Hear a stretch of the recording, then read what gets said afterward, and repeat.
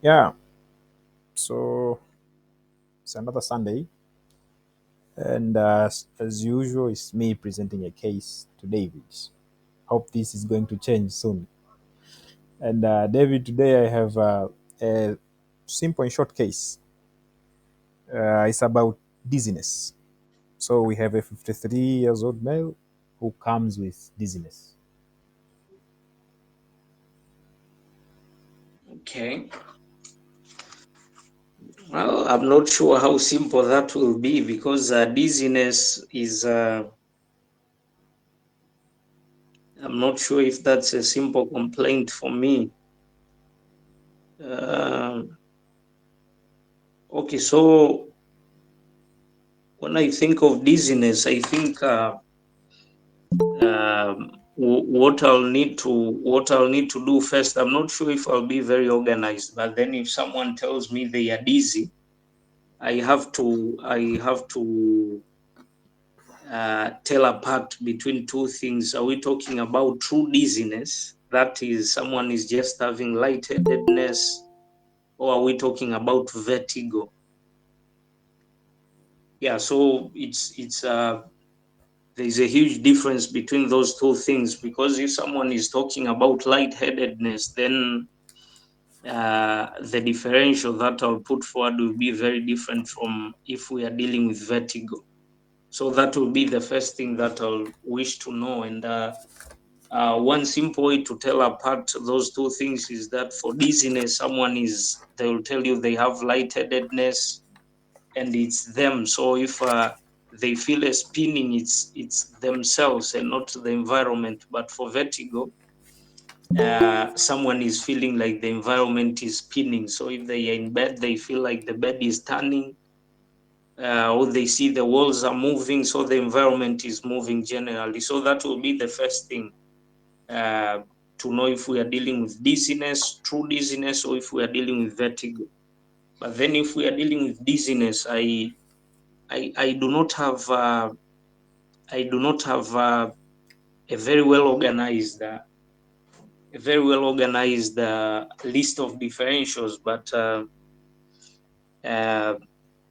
I'll think about a number of things. So before I attempt to put forward any differentials, let me just hear the HPI and see if I'm dealing with dizziness or if I'm dealing with vertigo. Okay.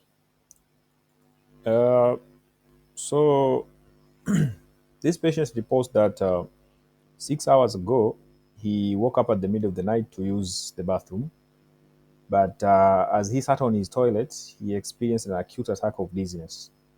He reports to see the house moving around, and it is associated with nausea, and he reported to have vomited 3 times. The dizziness is persistent, and he prefers to lie down with eyes closed, but he denies headache, focal weakness, blurred vision, double vision, photophobia, slurred speech, altered mentation, fever, rash, ear pain, ear fullness, ear discharge, hearing loss, head injury, and he has never experienced a similar episode prior to this.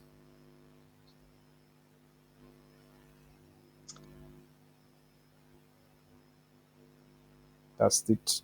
Okay, so that's all the HPI. Yeah. Okay, let me see the first slide. Yeah, so this is helpful. Just like I said earlier, I think that's the way I would start thinking about it, is to tell if I'm dealing with dizziness or vertigo. So from this one, it's clear that I'm dealing with vertigo because so the patient is the environment is moving around, and it was an acute onset of vertigo basically, and it is persistent, and the patient prefers lying down and closing his eyes. Can I see the next slide?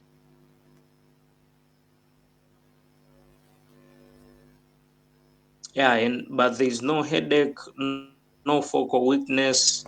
no blood vision, no double vision, photophobia, slurred speech, altered mental status, fever, rash, pain, fullness or discharge, hearing loss or head injury.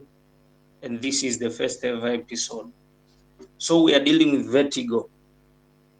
Now, vertigo, I'll just tell everyone I'm not as good when it comes to vertigo as compared to Joseph. I think I'm nowhere close to him. He's the vertigo expert. So we hope to learn from him later. Uh, but regardless, I'll try and put forward a few differentials to see if I can make it.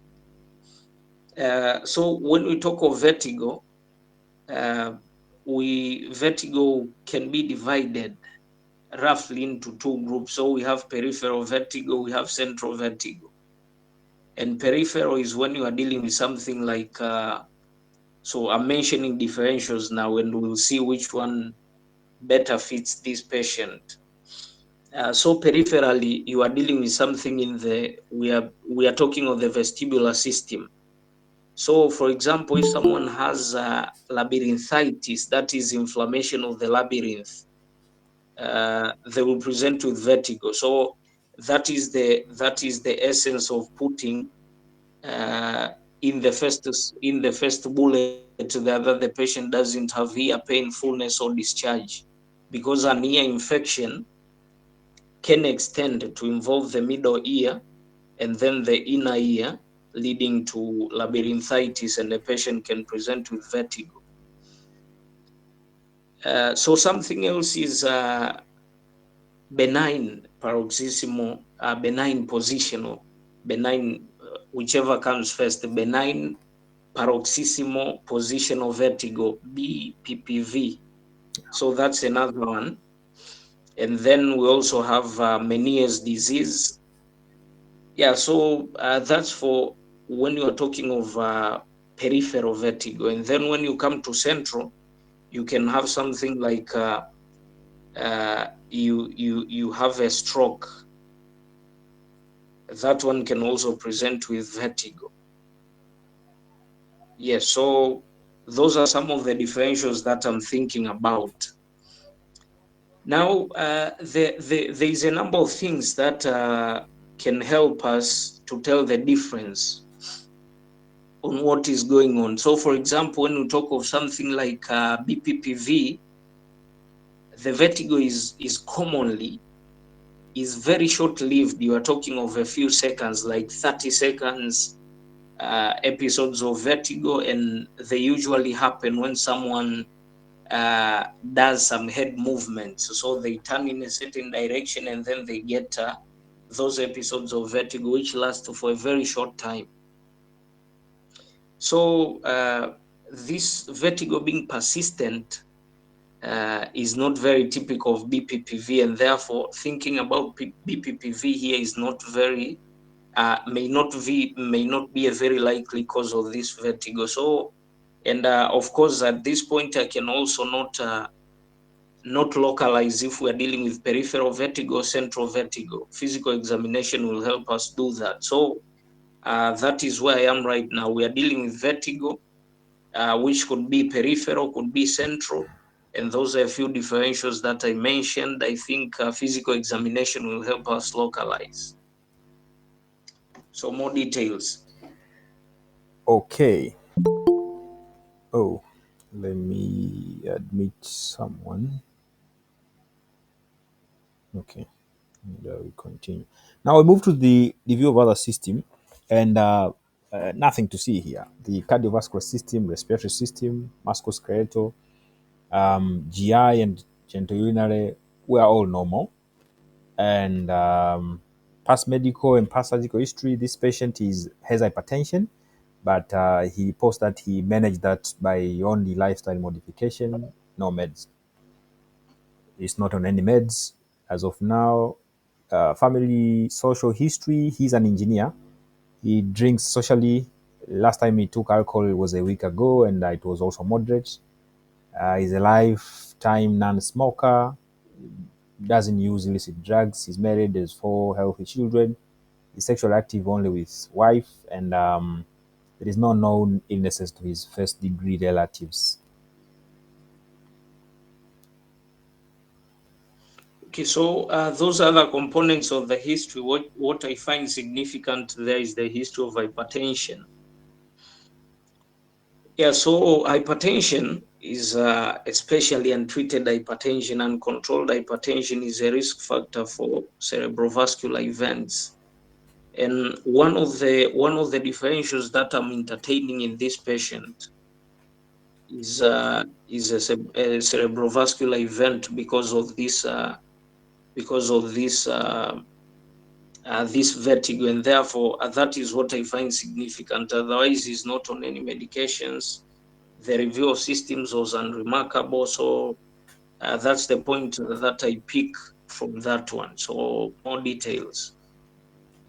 When you say review cerebrovascular events, doctors here usually see a stroke, and maybe is it different from the strokes they are seeing, or is it a special kind of stroke that you're talking about? Yeah. So yes, it's when you talk of stroke that presents with vertigo. So that is a stroke that you see in the posterior cranial fossa, No. especially a brainstem stroke, for example.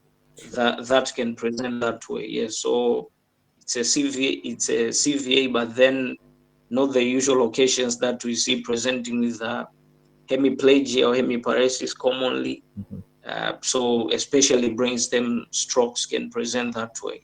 Yeah, thank you very much. So we move on to the general exam. So patient is alerted oriented to time, people, place, events.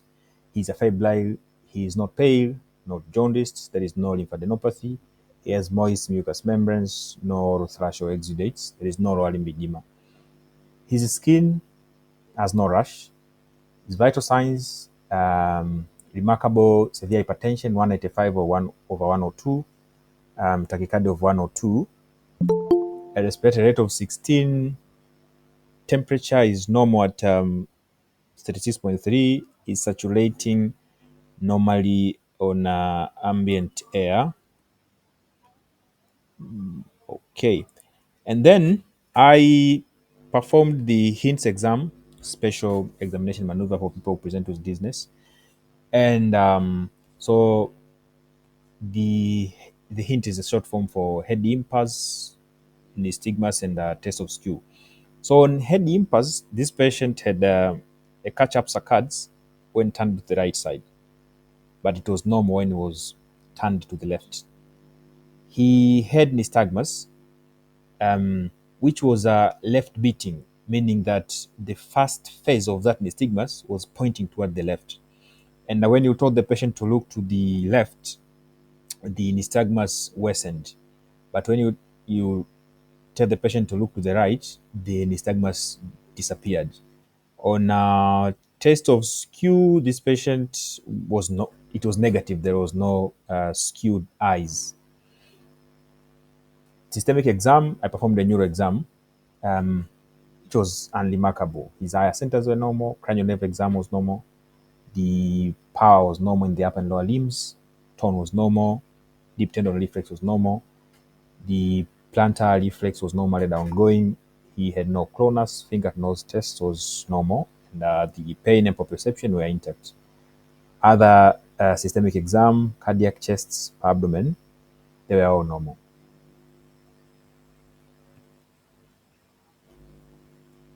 Okay, Joseph. So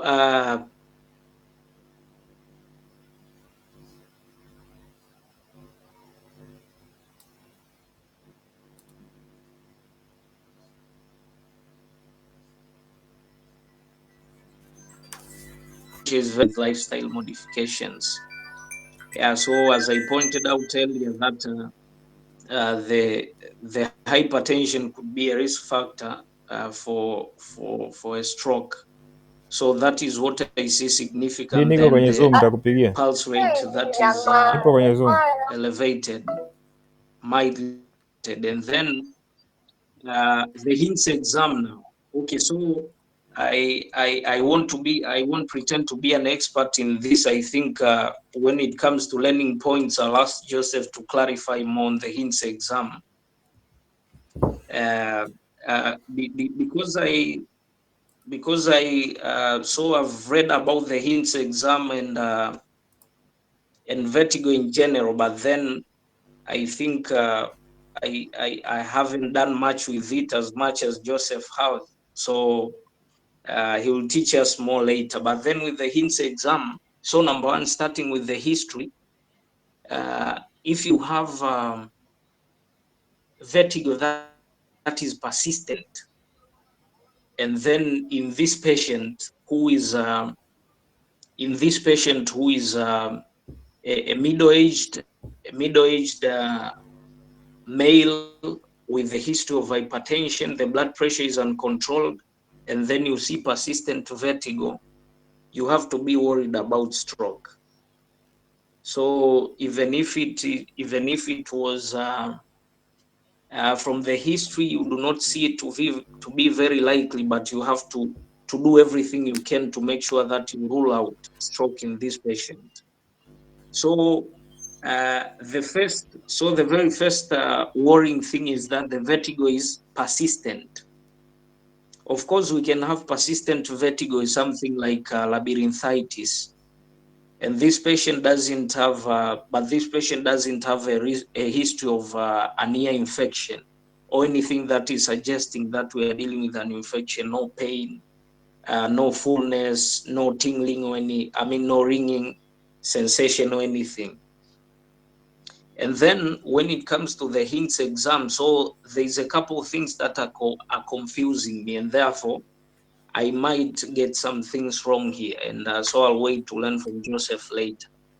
But then you see nystagmus, and then the head impulse is also uh, the head impulse test is also positive.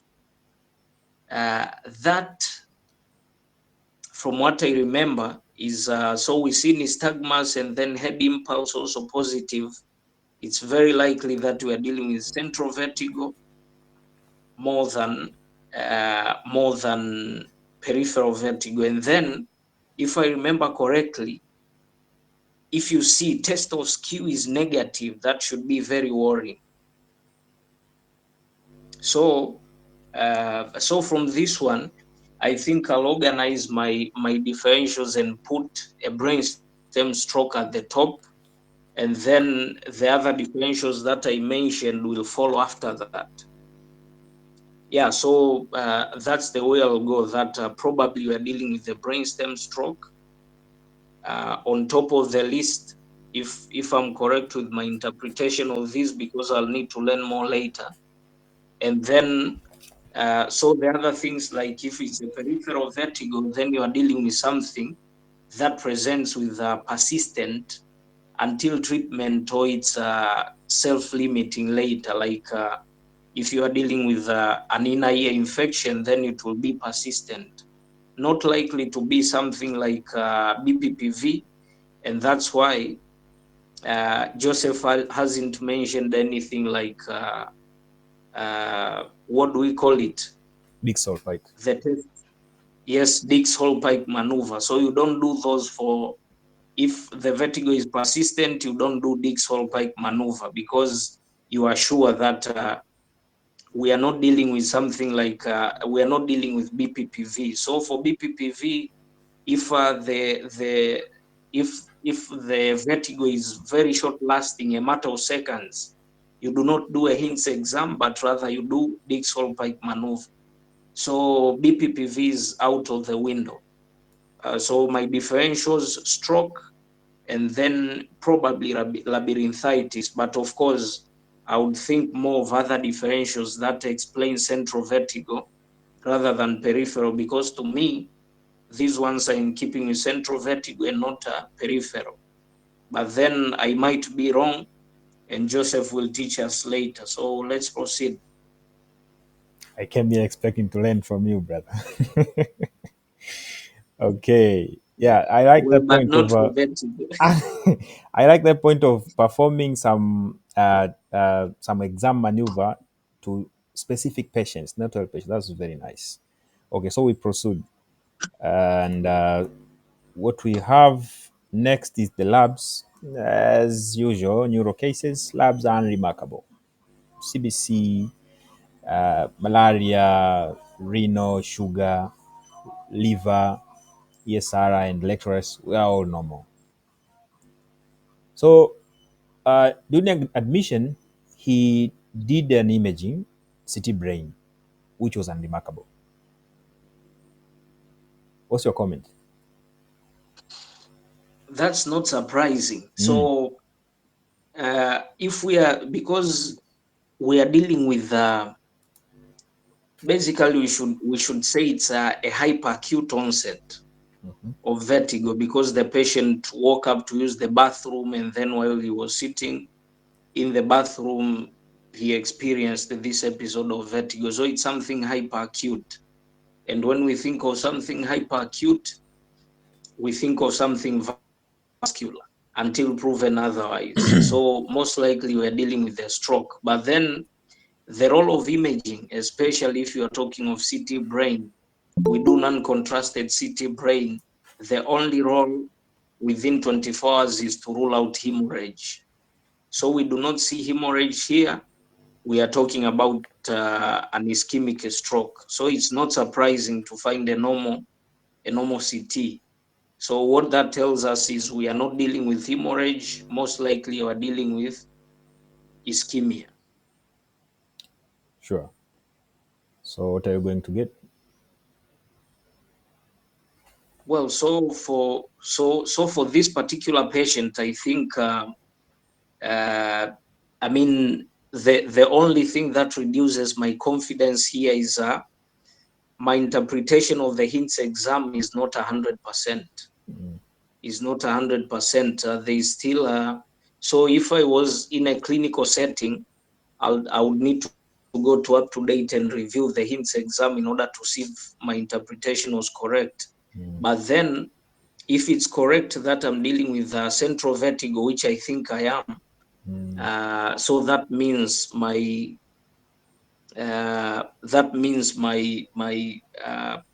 most likely dealing with what we are dealing with, what we are talking about, because the history is very much in keeping with a vascular event, the history. And then, so what we'll need to do, we are dealing with an ischemic stroke, most likely. Uh, so yeah, I mean, I do not think so. The other things that we need to do are just supportive, but then we go straight to management of this patient. Yes. Okay. Yeah. So maybe one thing also the team what we are learning from David here is he has recognized that he's deficient in the approach of vertigo. He has read about it, but then it's not arranged in some way that he can remember easily. So that's very good. That's a good practice because you agree to what maybe you don't know at the time, and you know where to find the material and read. That's I think we can take it from him. So the team decided to obtain an MRI because it was concerned about maybe it can be seen, but again it came back normal. Does this change anything? Well, so I'm not exactly sure which exact uh,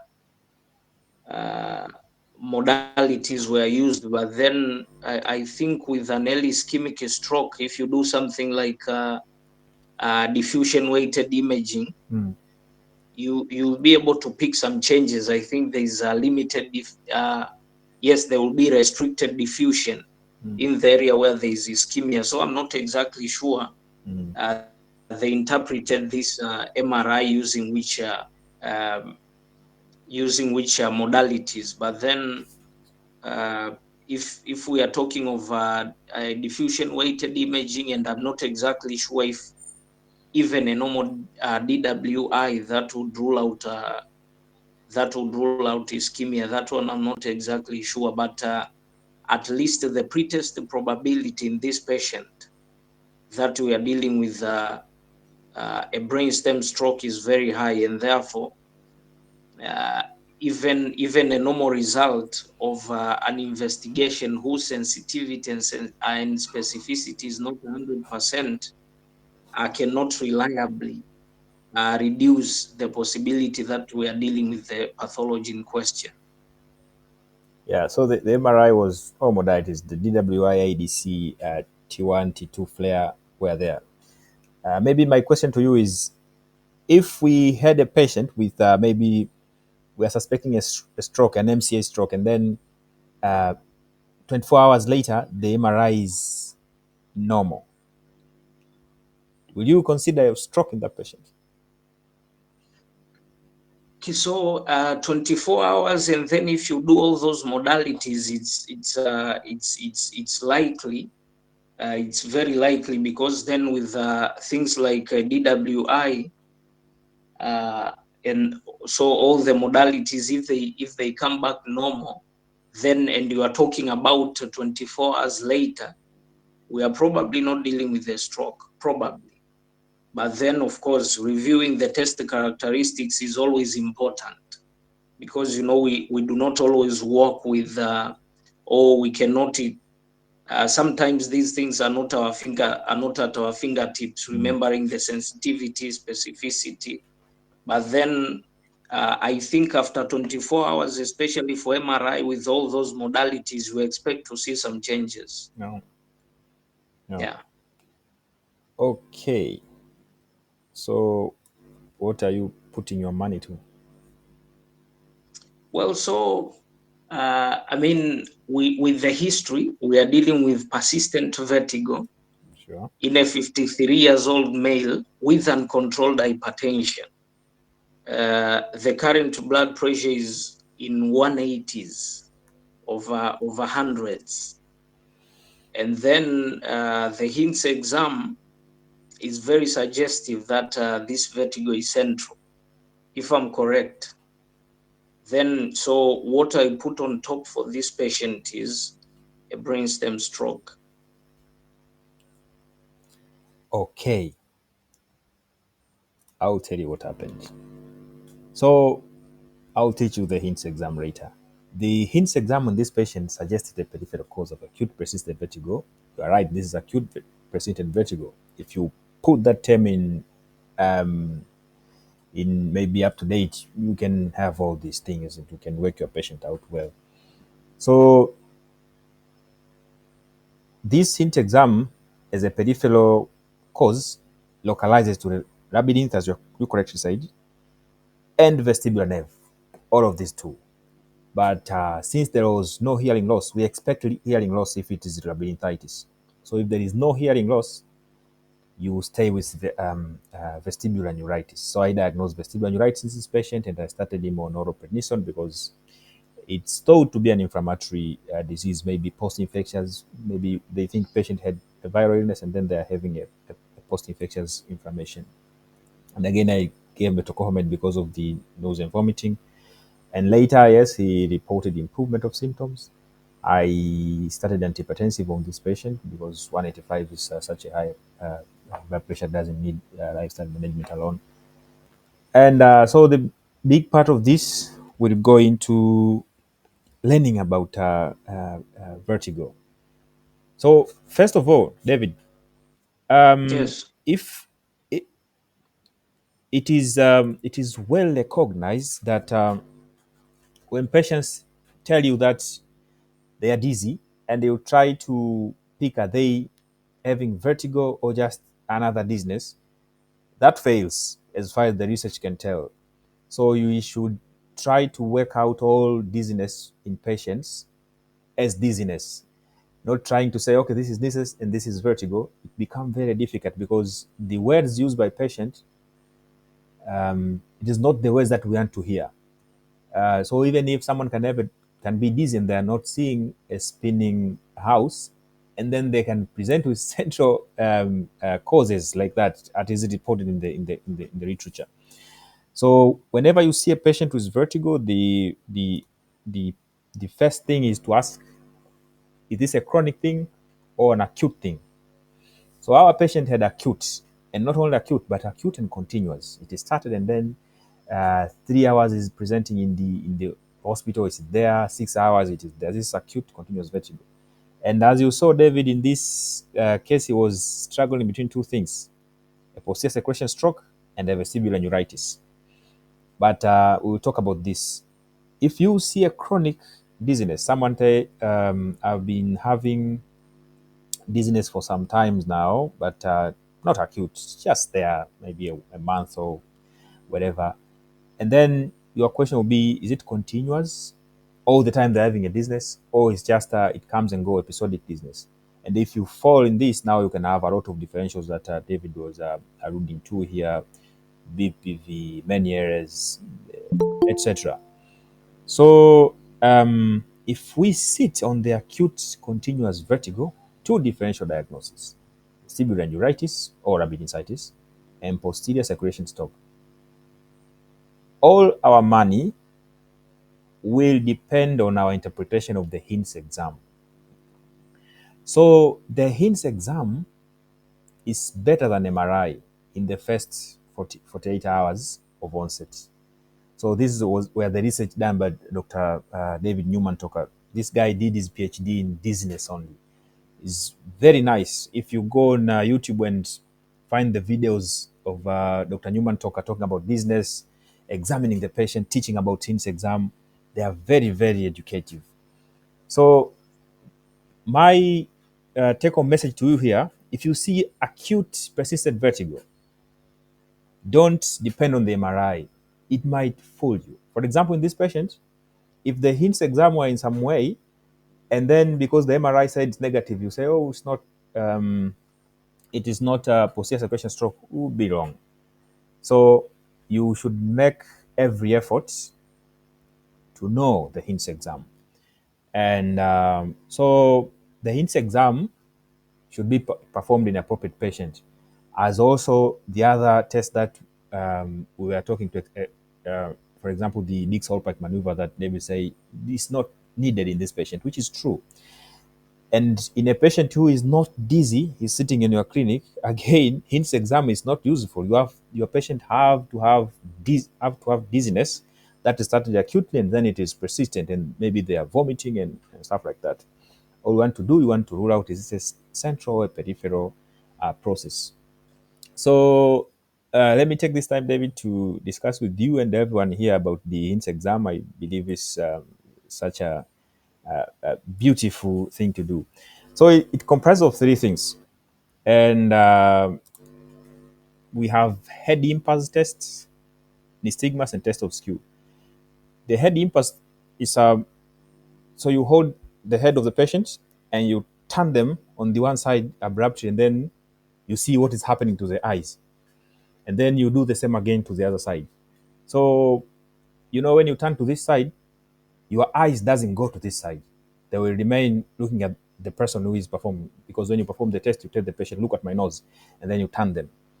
So in a patient who is and before the take home message about HINS, if HINS is quiet, if HINS there is no much findings in HINS, that is worrisome. But if HINS shows some things that you are reported, this and this is there, okay, this might be a peripheral, at least that can help you.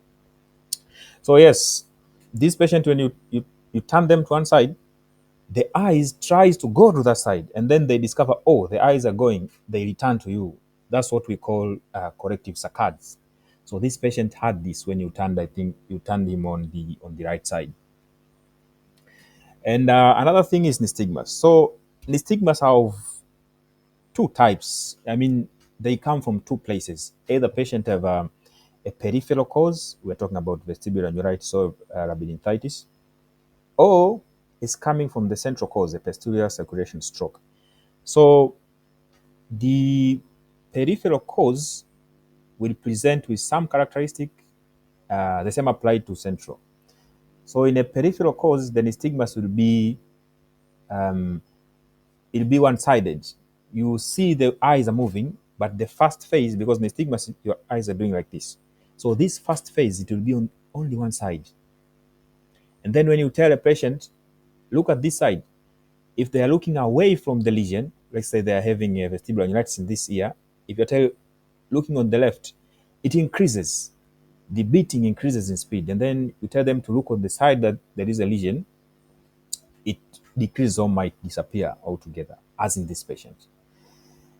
The central, so apart from that, the rest is for central. So if you see something out of that is central. For example, you're seeing that the nystagmus is beating the same on the left and the right, like it is doing like this, a pendulum nystagmus. That is central. Or a direction change in nystagmus. You tell the patient to look on this side, it is beating towards that side. You tell to look at that side, it is beating towards that side. Also, others like torsional nystagmus or vertigo nystagmus, they are all those are central causes of nystagmus. Test of skew is easy. You know, if you have a stroke, your eyes tend to disalign. So that should tell you that what the test of skew will be. So what we do in test of skew, we do something that will make that thing come up easily. So you close the one eye of the patient and you leave it open, you alternate, close another. And as you are doing that, you find as you are moving your hand out of the patient's eye, the eyes are out of alignment and they try to come to alignment. But so that is central. Yeah, so this patient had the impulse was positive, the stigma was concerning for peripheral, and then the test of skew was negative, which is consistent with the peripheral cause. And since it is acute persistent, no hearing loss, the diagnosis was vestibular neuritis. So that's what we have for today. Any reflections, David? Okay, thank you, Joseph. So I believe I've made my point that Joseph is the expert of vertigo. It's because I've read about Um, it. I've seen a patient. I've read about it. yeah, so yeah, so uh, it's interesting, and just like I said earlier, interpretation of the hints exam. So that's something I'll definitely need to go back and read about. So I read it in the past, and if not mistaken, sometimes early this year. But then, they say repetition is the mother of learning. Yeah. So I think I haven't applied it, and yeah, so I struggled especially with the hints exam interpretation. Yeah, so that's a gap I have identified, and I think the case generally has added something to me Sure. in terms of what I should go and read about in order to solidify what I already know about vertigo. So that was a good learning experience. Yeah. Yeah, to me, I emphasized, and to everyone else, your honesty that I am deficient in approaching this one. That is very nice. Instead of maybe saying, okay, trying to solve, and I know this. And one advantage here is that you've taken something that you're going to read on, which is the purpose of this activity. What we're doing here also. So that's very nice. Yeah, so it's been a short case today. I think we still have time. We are not even at the hour mark. So for the audience, if anyone has a question, contribution, if you'd like to share anything on vertigo or everything that we've discussed about in general, karibuni sana.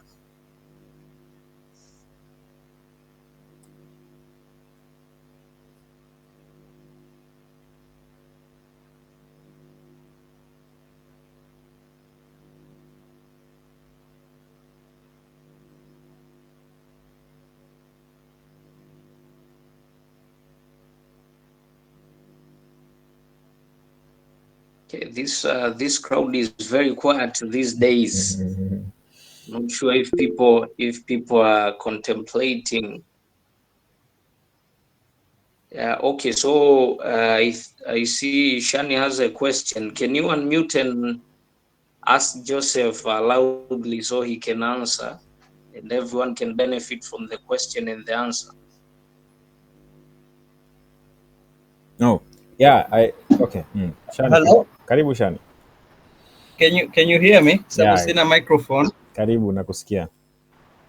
Okay, so I was just thinking, I missed some part of the history in the beginning, but then when I followed up and the way you explained the hint exam, I was thinking, could we, of course, we concluded that the patient has peripheral vertigo, but and then we ended up saying that he has vertigo, vestibular neuritis, sorry. Mm. But then I was thinking from the hints exam for this patient, could we conclude if it was unilateral or bilateral? And if it was unilateral, which part was affected? Was it the right or the left? Yeah, very good question, Shani, and it is my bad that hiyo ilinipitia kidogo. So yeah, my reading, they said vestibular neuritis almost always unilateral. Yes, you should tell from the INS exam which side is affected. So one trick I'll give you is so if these are my eyes and the nystagmus is going like this, they are maybe left beating like in this patient. The first phase of the nystagmus, it is on the left side. The lesion is on the right ear, and we can work that out from the pathophysiology aspect, but we shouldn't go that there. Is a bit to take our time, but that's one. And two, so if they turn to the side where there is a lesion, the nystagmus will disappear or it will reduce in intensity. But if they turn to the side opposite to the lesion, to the side where the first phase of the nystagmus is going, they will increase the intensity of that nystagmus. So you can tell it through the hints exam exactly. Like in this patient, so it was left beating, so the lesion, it is on the right vestibular neuron. And then if you told the patient to turn their head on the right where there is a lesion, it disappeared. When you told the patient to turn on the left side away from the lesion, it increased in intensity. So you can tell. Thank you very much. That's a very good question. Thank you, Joseph.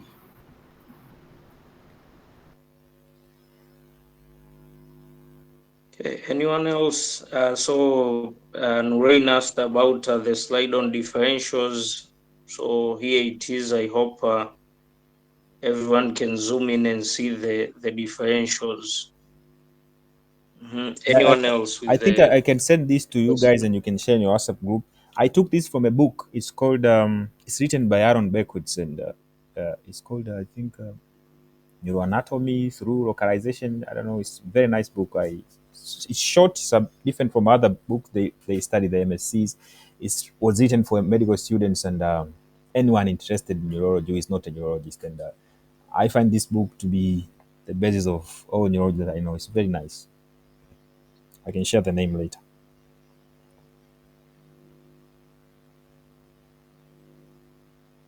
What's the name of that book, David? I think is it anatomical based approach Yeah, and yeah, yeah to neurological disease or neurology by Aaron Berkowitz. yeah. That's the best book I know about neurology for a non-neurologist.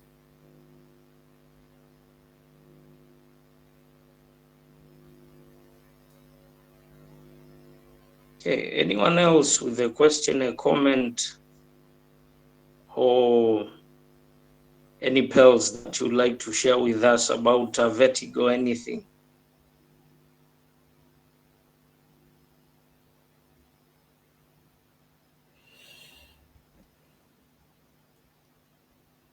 Okay, so I see we do not have anything else. So Joseph, Mhm. just any quick teaching that you can do about vestibular neuritis in general, just as a disease in terms of so what exactly it is, maybe the pathophysiology, pathogenesis. Yeah. the presentation itself and management, if any, that you have in your fingertips. Yeah, so vestibular neuritis, the name suggests inflammation of the vestibular nerve, which is one part of the cranial nerve number 8, the vestibular cochlea. Um, so, where does it come from? Basically unknown, but it is thought to be a viral infection. It is thought to be because there are many other cases to which patients have a flu and they present with the disease, or they are coming from a flu. A flu is resolving, and they are presenting with the disease. So it is thought to be either a viral infection or a post-infectious inflammation of the vestibular nerve. If the labyrinth is involved, it becomes a labyrinthitis, and it will present with these symptoms we're talking today, plus hearing loss. Yeah, so the presentation will be like here: the acute persistent vertigo. But posterior circulation stroke present in the same way. So luckily for us, we have a hint exam, which is better than MRI, to tell us, is it a vestibular neuritis or a posterior circulation stroke? So the management is steroids, basically. If you give antivirals, they don't help, so they give steroids.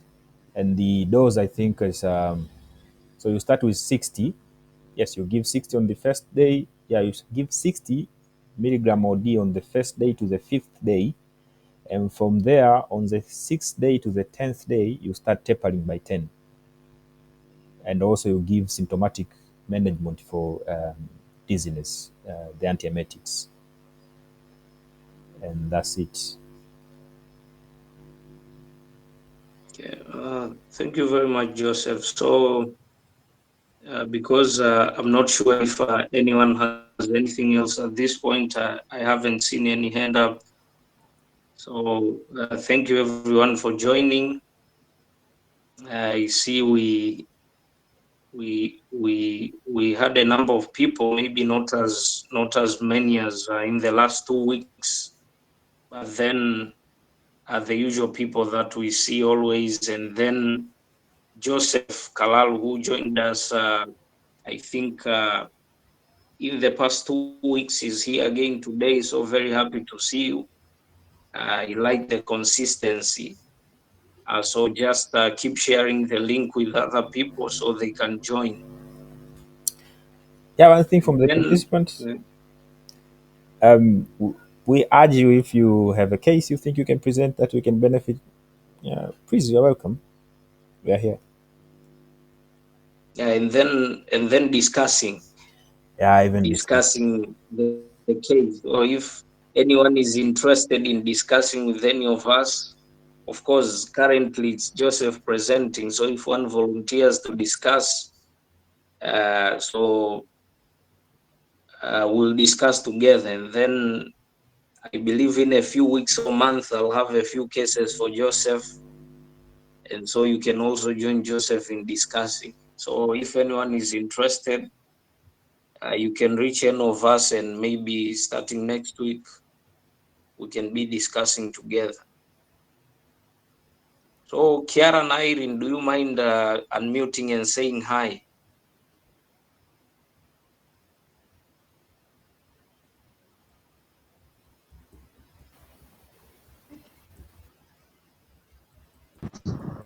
Oh, hi, David.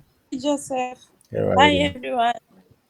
It's unfortunate I've been very inconsistent in the past couple of weeks. Some conflicting I appreciate Joseph for sharing the case and David for the discussion. And I think I also need to revise them again on the vertigo and the hint exam. Yes, Joseph, I echo what David said. The expert of vertigo and the hint exam. I know that you know it very well. So I again echo what David had said. But I hope in the subsequent weeks I'll be able to participate fully. I've been having conflicting schedules lately, but I believe in the coming weeks I'll be able to participate fully. So thank you to both of you for the discussion. Karibu. So come back. Kiara.